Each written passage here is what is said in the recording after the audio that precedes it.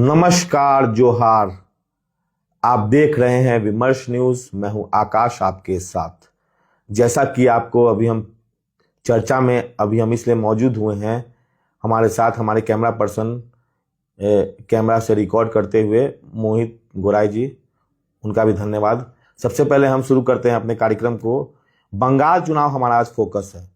कल 4 मई है।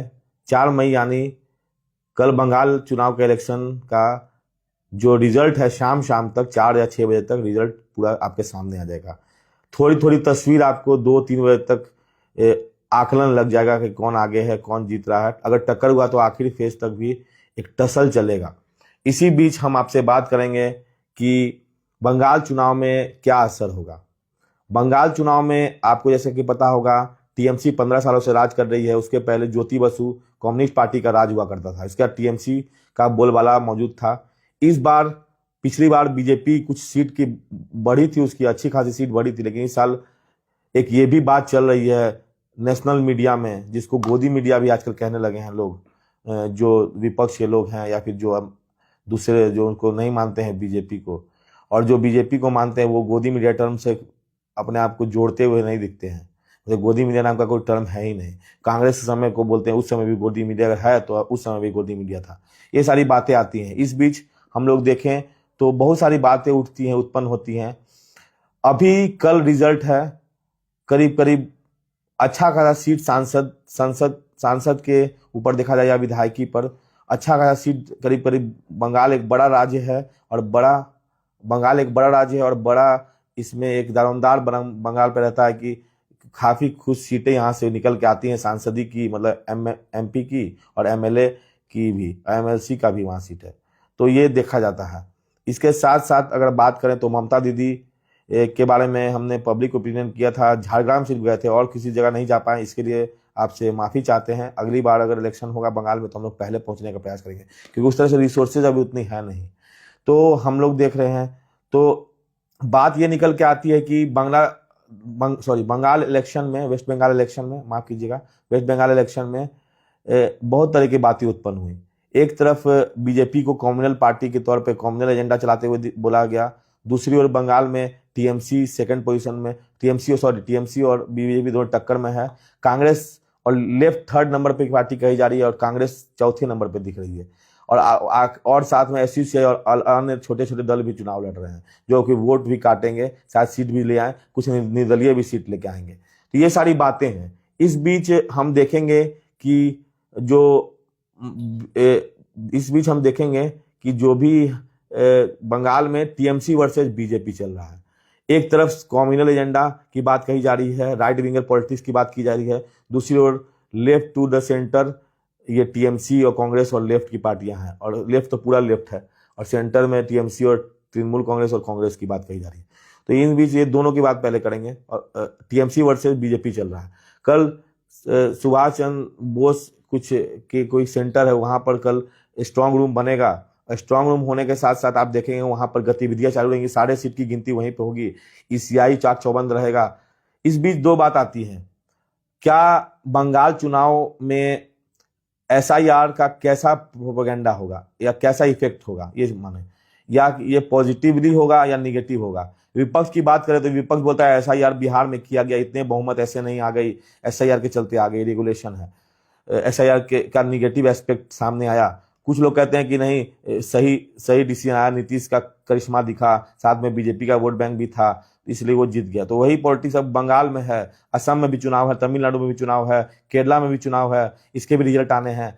और इसके साथ साथ केंद्र शासित प्रदेश जो है वो जैसे कि पुडुचेरी, वहां भी इलेक्शन है।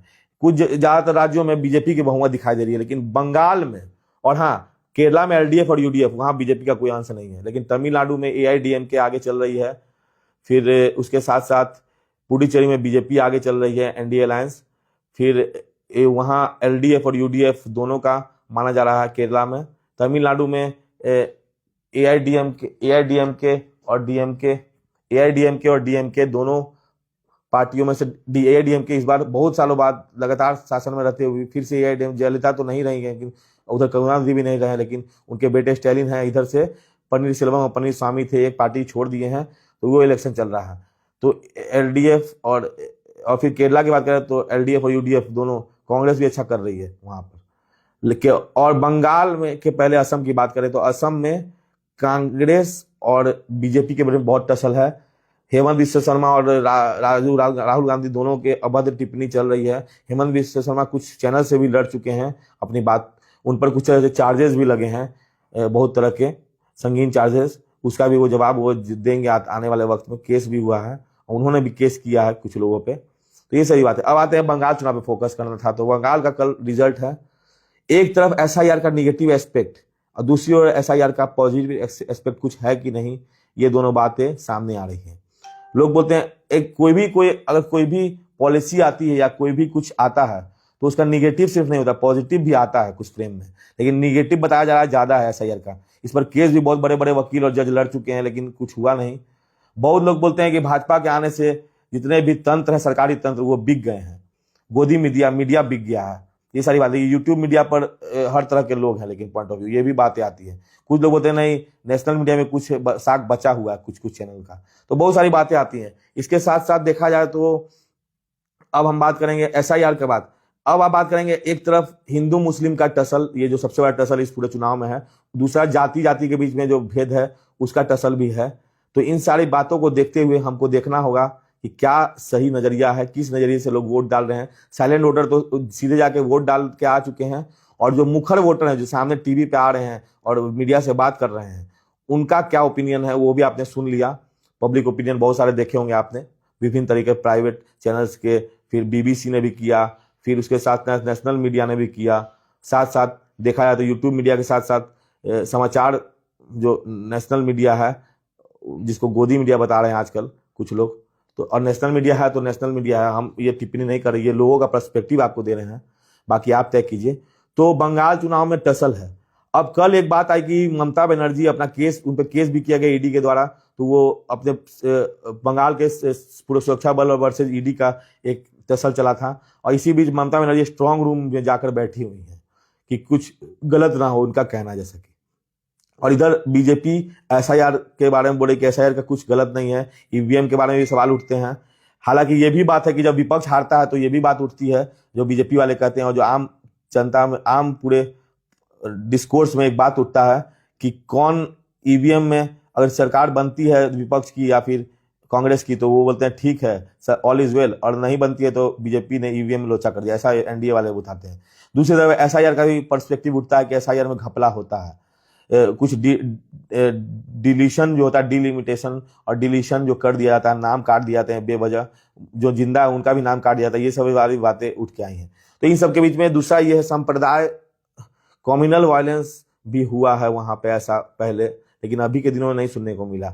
इसके अलावा देखा जाए तो इधर है हिंदू मुस्लिम में हिंदुत्वाद बीजेपी लेके चल रही है, और इधर सेकुलर एजेंडा लेके चल रही है टीएमसी, कांग्रेस और लेफ्ट। ये तीनों अभी गठबंधन में नहीं। हालांकि अगर सरकार बनाने में दिक्कत आती है तो ये तीनों एक साथ हो भी सकते हैं, इसका भी कयास लग रहा है। क्योंकि एक तरफ ये लोग इंडिया गवर्नमेंट में तीनों साथ हैं विभिन्न स्टेट में, लेकिन इस स्टेट में अलग अलग लड़ रहे हैं और सारे स्टेट में भी अलग अलग लड़ रहे हैं, उसकी चर्चा भी नहीं करेंगे। तो ये सारी बातें हैं। इस बीच क्या होगा अंतिम फैसला, किसकी रणभेरी बजेगी, कौन जीतेगा कौन हारेगा, कौन जीतेगा कौन हारेगा, किसका डंका बजेगा, कौन चारों खाने चित होगा, किस खेला होगा, खेला तो हो रहा है, खेला में कौन जीत, ये सारी बातें उठेंगी। तो यही सारी बातें हैं। इस बीच क्या रिजल्ट आएगा, क्या टसल में कौन जीतता है, कौन जो जीता वो सिकंदर होगा, टीएमसी आती है फिर से सरकार बनती है, या फिर बीजेपी की पॉलिटिक्स जो पिछली बार बहुमत नहीं ला पाई लेकिन कुछ हद तक सीट बढ़ी थी और सीट बढ़ने की बात कही जा रही है। इस बीच 5-6 एग्जिट पोल भी आया, पोल्स ऑफ पोल जिसको कहते हैं, उसमें 3-4 में बीजेपी को आगे बताया गया है, 2 में टीएमसी आगे है, लेकिन दोनों में फासला बहुत कम है, जीत में, इधर के जीत में भी उधर के जीत में भी, हार में जीत में।